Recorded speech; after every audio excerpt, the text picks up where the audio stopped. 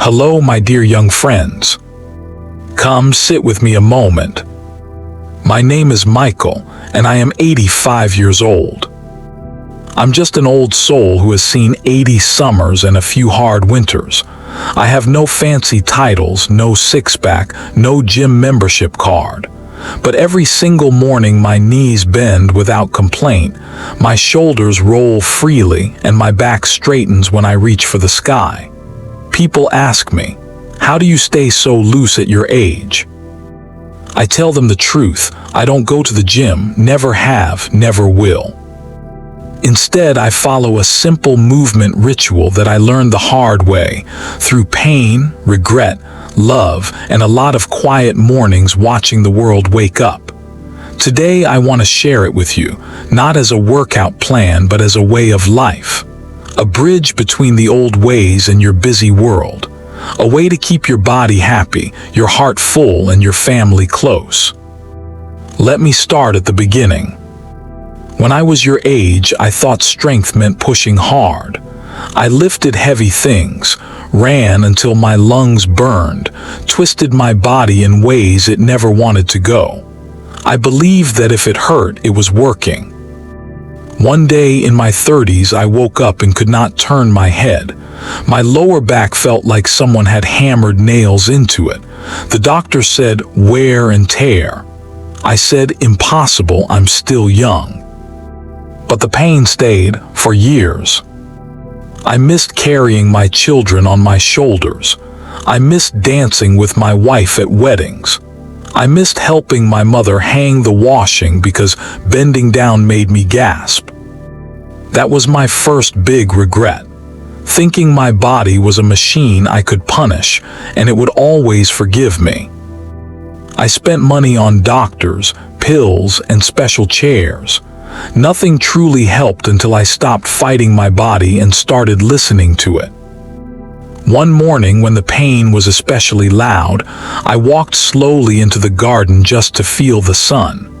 My father was already there, barefoot, as always, moving slowly between the tomato plants. He was past 70 then, yet he moved like water. I asked him, "Papa, how do your joints still work?" He laughed softly. "I never fought them, my child, I danced with them." That day he showed me the first piece of what became my ritual. He called it greeting the day. Nothing complicated, just breathing, stretching, and moving the way the body naturally wants to move when it wakes up. I watched him every morning after that. Then I watched my grandmother in the kitchen, how she squatted low to reach the lower shelf instead of bending at the waist, how she twisted gently while stirring the pot, how she walked to the market and back carrying her basket on her head, hips swaying like a slow song. They never went to a gym. They moved all day, every day, in ways that kept their bodies whole. I began to copy them, little by little, and the pain started to leave. I do this every single day, rain or shine, sick or well, even when I'm tired, especially when I'm tired. It takes me between 20 and 40 minutes, depending on how much time my heart wants to linger. I do it mostly barefoot, on grass or bare floor, because the earth and I need to talk to each other. Here is exactly what I do. You can do it too, exactly as I describe. 1. The first breath, 5 minutes. I stand tall, feet a little apart, arms loose at my sides. I close my eyes and breathe. In through the nose, slow, out through the mouth, slower. I imagine roots growing from my feet into the ground. I thank my body for still being here. This is not exercise. This is remembering I am alive. 2. Gentle wave, 8-10 minutes. I start from the top of my head and let my body roll downward like a wave. Neck rolls softly, shoulders circle, spine curves forward, knees bend until I'm hanging like a rag doll. Then I roll back up, one vertebra at a time until I'm standing tall again. I do this 7 times, my lucky number. No forcing. If something feels tight, I stay there and breathe into it. The body always tells you when it's ready to move further. 3. The deep squat, 3 minutes. I lower myself all the way down until my bottom almost touches my heels. I stay there. Sometimes I rock side to side. Sometimes I just breathe. My grandchildren think it's funny when I squat and chat with them at their level. Modern chairs have stolen this natural position from us. I'm stealing it back. 4 hip circles and leg swings, 5 minutes. I stand on one leg, holding the wall or a tree if I need to, and swing the other leg gently forward and back, then side to side. Then I make big slow circles with my hips, like I'm stirring a huge pot of soup. These movements keep the oil in my joints. They keep my hips open so I can still pick up my great-grandchildren without groaning. 5. The walking prayer, 10-20 minutes. This is the heart of my ritual. I walk slowly around my yard or down the quiet street, barefoot when I can. I notice everything. The way my feet kiss the ground, the way my arms swing naturally, the way my breath matches my steps.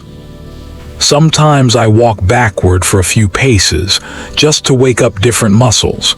Sometimes I stop and reach high, sometimes I twist and look behind me. No rules, just listening to what my body feels like doing that day. This walk is also my time to pray, to remember my loved ones, to forgive myself for yesterday's mistakes. 6. The closing dance, 3 minutes. I finish with music in my head, even if there's no radio. I sway, I turn, I let my arms float. My wife used to laugh at me, but then she started dancing too. Now sometimes my grandchildren join in and we make a silly circle. Movement should end with joy, not exhaustion. That is the whole ritual, nothing more, nothing less. The gym taught me to count repetitions and chase numbers. My ritual taught me to feel. When you move the way your ancestors moved, squatting, carrying, walking, reaching, twisting, your whole body works together. No part is left behind. Joints stay lubricated because they are used in their natural range every single day. I have no inflammation now. My blood pressure is calm. My sleep is deep. I can still carry 2 buckets of water from the well if I need to, and I can still chase my little ones around the yard, slowly, yes, but I can chase them. This is the part that makes my old heart full. My ritual is not just for me. It has become the way I stay close to my children and grandchildren. Every Sunday morning, whoever is around comes to the backyard.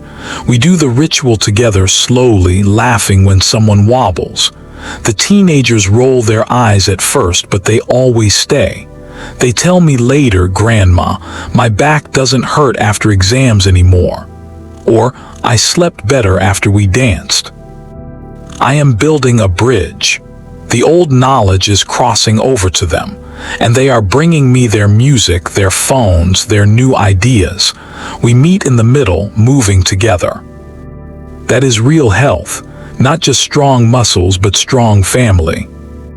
The regrets I still carry, and how I make peace. I regret the years I spent at the office instead of playing on the floor with my bobbies. I regret the times I told my wife I'm too tired when she wanted to go for an evening walk. I regret believing that being busy meant I was important. But regret, if you let it, can become wisdom. Every morning when I do my ritual, I say quietly, "Thank you for this body. I will not waste another day." And then I call my daughter, even if it's just to hear her voice. I text my grandson, "Come squat with me tomorrow." Small bridges, every day. If you are 20, 30, 40, listen to this old voice. You do not need a gym membership to stay healthy. You need to move like a human being again. Start small. Tomorrow morning before your phone, before coffee, just stand barefoot and breathe for 5 minutes. Then roll down like a wave. That's enough. Add 1 piece each week. Your body will thank you in 10 years, in 20 years, and 50 years.